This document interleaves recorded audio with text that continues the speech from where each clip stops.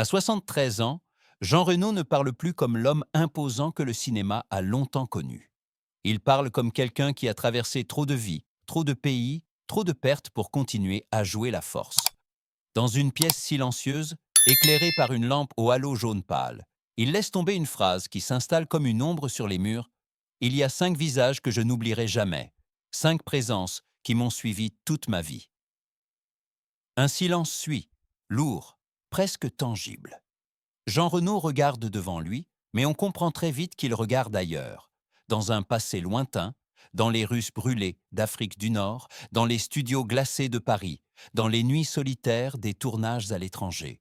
Son visage reste impassible, mais ses yeux disent ce que les mots ne peuvent pas encore porter. La fatigue, la lucidité, et cette forme de tendresse qu'il n'admettra jamais. Tout le monde connaît l'acteur, le géant du cinéma français, la voix grave, la démarche lourde, l'homme qui semble invincible, mais personne ne connaît l'enfant qu'il a été, l'adolescent coupé entre deux mondes, ni l'homme adulte qui a dû cacher ses fractures pour avancer. Aujourd'hui, il ne joue pas, il se confie, et dans sa voix, il y a quelque chose de différent, une fragilité qui n'était jamais apparue à l'écran. 5 visages, répète-t-il doucement. 5 histoires que je n'ai jamais pu effacer. Avant d'être Jean Reno, figure imposante du cinéma français, il fut Juan Moreno y Herrera Jiménez, un enfant né entre deux mondes, dans une Casablanca vibrante, brûlante, imprévisible. Ses parents, réfugiés espagnols ayant fui la dictature franquiste, arrivèrent au Maroc avec presque rien. Quelques vêtements, une langue étrangère et la conviction qu'il fallait tenir debout malgré tout. Ce déracinement constitua la première fondation de sa vie, la certitude que la stabilité n'existe pas, que l'on doit apprendre à marcher même lorsque la terre tremble sous les pieds. Son père, homme de peu de mots, travaillait sans relâche. Il avait les mains dures, les yeux sombres, la dignité de ceux qui ont connu la faim. Sa mère, au contraire, rayonnait d'une douceur inquiète, portant toujours en elle la peur que tout puisse s'effondrer du jour au lendemain. Entre eux deux, Jean apprit la dualité, la force pour survivre, la sensibilité pour comprendre. Les rues de Casablanca furent son premier théâtre. Les marchés bruyants, les odeurs de pain chaud et de poussière, les enfants qui couraient pieds nus entre les étals. Jean, lui, restait souvent en retrait. Il observait, toujours, le monde, les gestes, les silences. Il dira plus tard, « Je n'ai jamais appris à parler fort, j'ai appris à écouter. » À l'école, il était différent. Pas vraiment marocain, pas vraiment espagnol, pas encore français. Un garçon suspendu entre plusieurs langues, plusieurs identités, plusieurs appartenances. Cette sensation d'être à côté forgea en lui une réserve, une pudeur qui ne le quitterait jamais. Puis arriva le moment qui marqua une véritable rupture, le départ pour la France. Jean avait 15 ans. Il laissa derrière lui le soleil, les ruelles familières, la chaleur d'un monde qu'il ne reverrait plus de la même manière. Paris le frappa comme une gifle, froid, dur, immense, indifférent. Un lieu où il fallait prouver sa valeur, où son nom, son accent, son passé semblaient n'être que des obstacles supplémentaires. Les premières années furent rudes. Petits boulots, solitude, logement trop étroit où chaque nuit s'étirait comme un couloir interminable. Mais sous cette difficulté, une force silencieuse se formait. Une force née du déracinement, de la survie, de l'observation. Une force qui ferait de lui plus tard un acteur unique, capable d'incarner autant la brutalité que la tendresse. Et quelque part, dans cette enfance morcelée et cette adolescence en exil, se dessinait déjà l'un des 5 visages que Jean Reno n'oublierait jamais, même s'il n'en connaissait pas encore le nom. L'ascension de Jean Reno n'a jamais été brillante, facile ou évidente. Elle fut lente, rugueuse, parfois cruelle, une montée qui ressemblait davantage à un combat intérieur qu'à une conquête. Lorsqu'il arrive en France, il n'a rien d'un acteur. Pas d'accent parisien, pas de réseau, pas de visage vendable. Il est grand, massif, pudique. Un jeune homme que personne ne remarque, sauf ceux qui savent de regarder au-delà de l'apparence. Il commence par des cours de théâtre dans des salles froides où résonne l'écho de rêves trop lourds. Ses camarades semblent plus confiants, plus brillants, plus proches de l'idéal que recherche le cinéma français de l'époque. Mais Jean a quelque chose qu'eux n'ont pas. une intensité silencieuse qui attire l'attention sans qu'il n'ait besoin de parler. Il observe plus qu'il ne joue. Il écoute plus qu'il ne répond. Cette présence inhabituelle deviendra son arme la plus secrète. Les premières années, pourtant, sont une succession d'échecs, des auditions ratées, des refus polis, des rôles minuscules qu'on ne lui confie que parce qu'il a l'air impressionnant. On le place à l'arrière-plan, comme un décor vivant. Lui, il encaisse sans jamais se plaindre. Il dira plus tard « J'ai appris à rester debout quand tout me poussait à m'asseoir ». Puis un jour, il rencontre Luc Besson. Cette rencontre change tout. Besson voit ce que les autres n'ont pas vu. Une force tranquille, une profondeur qui dépasse les mots, un charisme brut qui ne demande qu'un cadre pour exploser. Jean devient alors cette présence qui marque chaque plan, même les plus courts. Dans le dernier combat, Subway puis Nikita, sa silhouette devient reconnaissable. Mais c'est avec Léon que tout bascule. Le rôle du tueur solitaire, tendre malgré la violence, protégeur malgré son propre vide intérieur, devient mythique. Jean Reno ne joue pas Léon. Il est Léon. Chaque silence, chaque regard, chaque geste porte le poids de son enfance déracinée, de ses années d'invisibilité, de sa solitude d'acteur qui n'a jamais cessé d'observer le monde sans en faire totalement partie. Hollywood s'ouvre alors à lui. Les films américains, les plateformes internationales, les interviews, les tapis rouges. Jeans avance, sans jamais courir. Sa carrière devient une succession de rôles puissants, d'histoires qui résonnent dans le cœur des spectateurs. Mais derrière les projecteurs, il y a une vérité que peu voient Soares. La lumière ne réchauffe pas toujours. Elle éclaire, elle expose, elle fatigue. Et Jean, malgré les succès, malgré l'admiration, ressent parfois ce vertige particulier de ceux qui n'ont jamais choisi la célébrité, mais qui la portent parce que la vie les y a conduits. Et c'est dans ce chemin vers le sommet, entre force et fragilité, qu'apparaissent les premières fissures, les blessures, et les 5 visages qu'il ne pourra jamais oublier. Les ruptures dans la vie de Jean Reno ne furent jamais des explosions visibles. Elles furent des fissures silencieuses, des fractures lentes qui, avec le temps, devinrent des cicatrices profondes. Jean est de ces hommes qui encaissent sans bruit, qui gardent pour eux ce que d'autres crient au monde.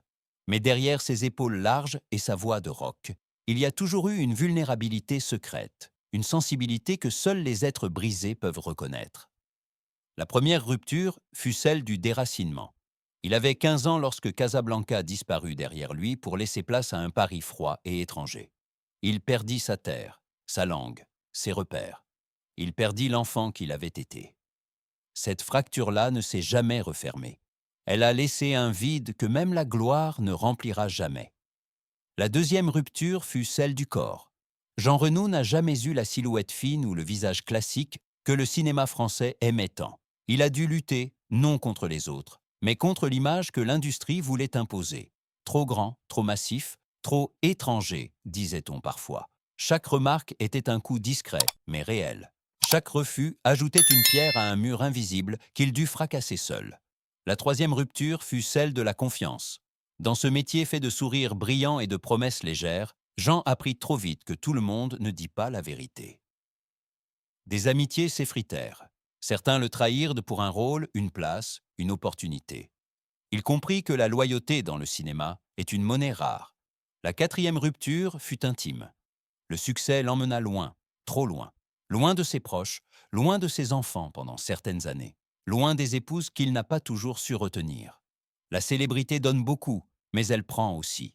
Elle dévore le temps, l'écoute, la présence. Et Jean paya ce prix, parfois sans s'en rendre compte. Enfin, la cinquième rupture, la plus silencieuse, fut celle qu'il vécut avec lui-même. Avec l'homme qui, pour devenir invincible à l'écran, dut masquer ses failles. Avec celui qui a longtemps cru que la douceur ne lui appartenait pas. Et ce sont ces fractures-là qui ouvriront la voie aux 5 visages qu'il n'oubliera jamais. Il existe, dans la vie de Jean Reno, 5 visages qu'il ne pourra jamais effacer. 5 présences qui ont laissé en lui des traces si profondes qu'aucune gloire, aucune lumière, aucun rôle n'a jamais pu les recouvrir. Il dit doucement « Certains visages ne partent jamais. Ils restent dans le silence de la nuit. » Vous pouvez avancer, mais eux ne reculent pas. Et ce soir, pour la première fois, il accepte de les regarder sans baisser les yeux. Le visage de son père, la tendresse qui n'est jamais venue. Son père fut l'homme qui l'a forgé, mais aussi celui qui l'a brisé sans intention. Il avait un cœur solide, mais fermé.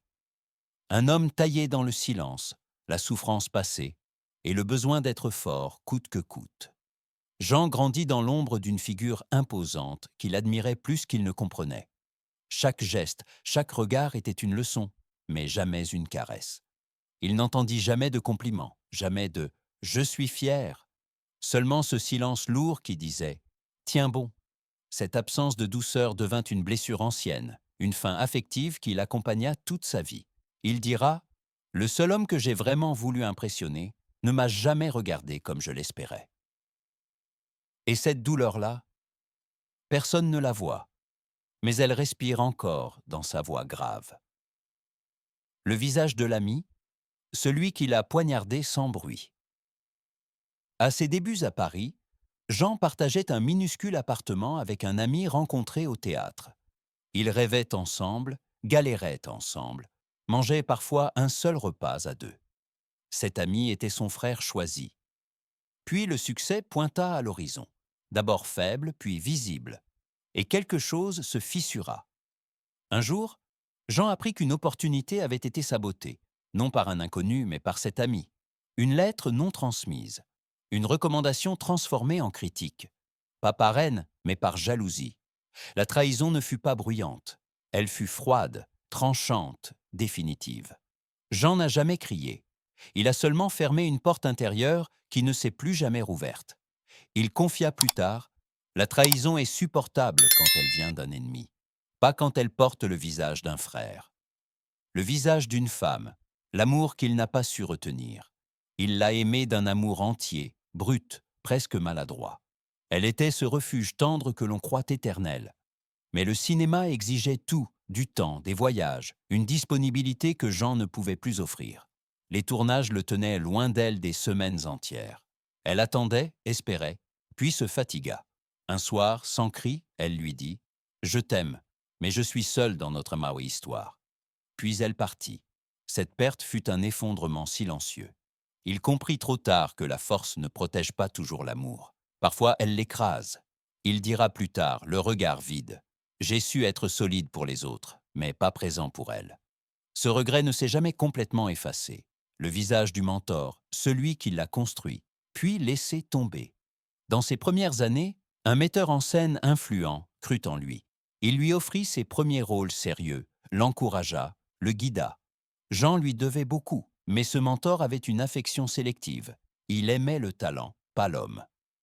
Le jour où un autre acteur plus jeune, plus vendeur se présenta, Jean fut écarté du jour au lendemain, sans explication, sans reconnaissance, sans merci. Cette trahison professionnelle fut un coup violent, non parce qu'il perdit un rôle, mais parce qu'il perdit une illusion, celle de croire que la loyauté existe dans ce milieu. Il apprit alors à marcher seul, à ne plus dépendre de personne. Mais cette froideur acquise, cette méfiance nouvelle, fut aussi une blessure. Le dernier visage, celui qu'il redoute le plus, le sien, et puis, il y a ce cinquième visage, le plus difficile à regarder, celui qui apparaît dans le miroir lorsque la maison est endormie, celui qui porte le poids des années, des regrets, des silences. Jean Renaud lui-même, il s'accuse de ses absences, de sa dureté, de toutes les fois où il a confondu la force avec le mutisme, de toutes les occasions où il aurait pu rester un peu plus longtemps, écouter un peu plus, aimer un peu mieux. Il n'a jamais su dire qu'il avait peur, jamais montré sa fatigue, jamais demandé qu'on l'aide.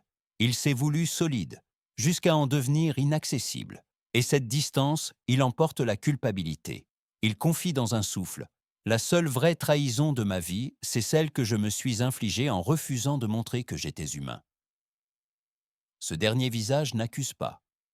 Il pardonne, lentement, avec difficulté, mais il pardonne. Ces 5 visages sont les pierres angulaires de son histoire. Les 5 cicatrices fondatrices de l'homme derrière l'icône. Les 5 chapitres silencieux qui expliquent tout ce que Jean Renaud n'a jamais su dire. La nuit tombe lentement sur la maison où vit aujourd'hui Jean Renaud. Une maison simple, silencieuse, presque humble, loin des plateaux, des caméras, des heures brûlantes sous les projecteurs. À 73 ans, il n'a plus rien à prouver.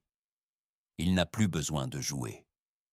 Il s'assoit près d'une fenêtre ouverte, les mains croisées, le regard tourné vers un ciel qui s'assombrit.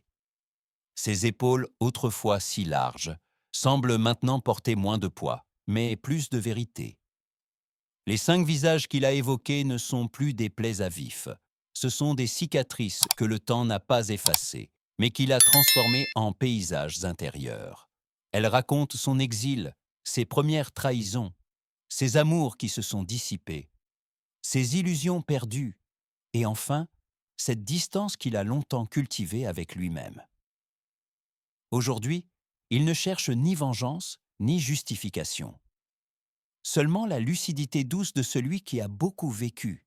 Il murmure « J'ai longtemps cru que la force, c'était de tenir. Maintenant, je sais que la force, c'est d'accepter. » Sa voix est calme, presque apaisée. Il regarde le passé sans colère. Il sait désormais que chaque rupture lui a appris à avancer et que chaque visage laissé derrière lui l'a silencieusement accompagné jusqu'ici. La caméra s'éloigne lentement. La lumière s'efface. Le vent fait vibrer un rideau. Jean ne bouge pas. Il contemple simplement. Non pas ce qu'il a perdu, mais ce qu'il a compris.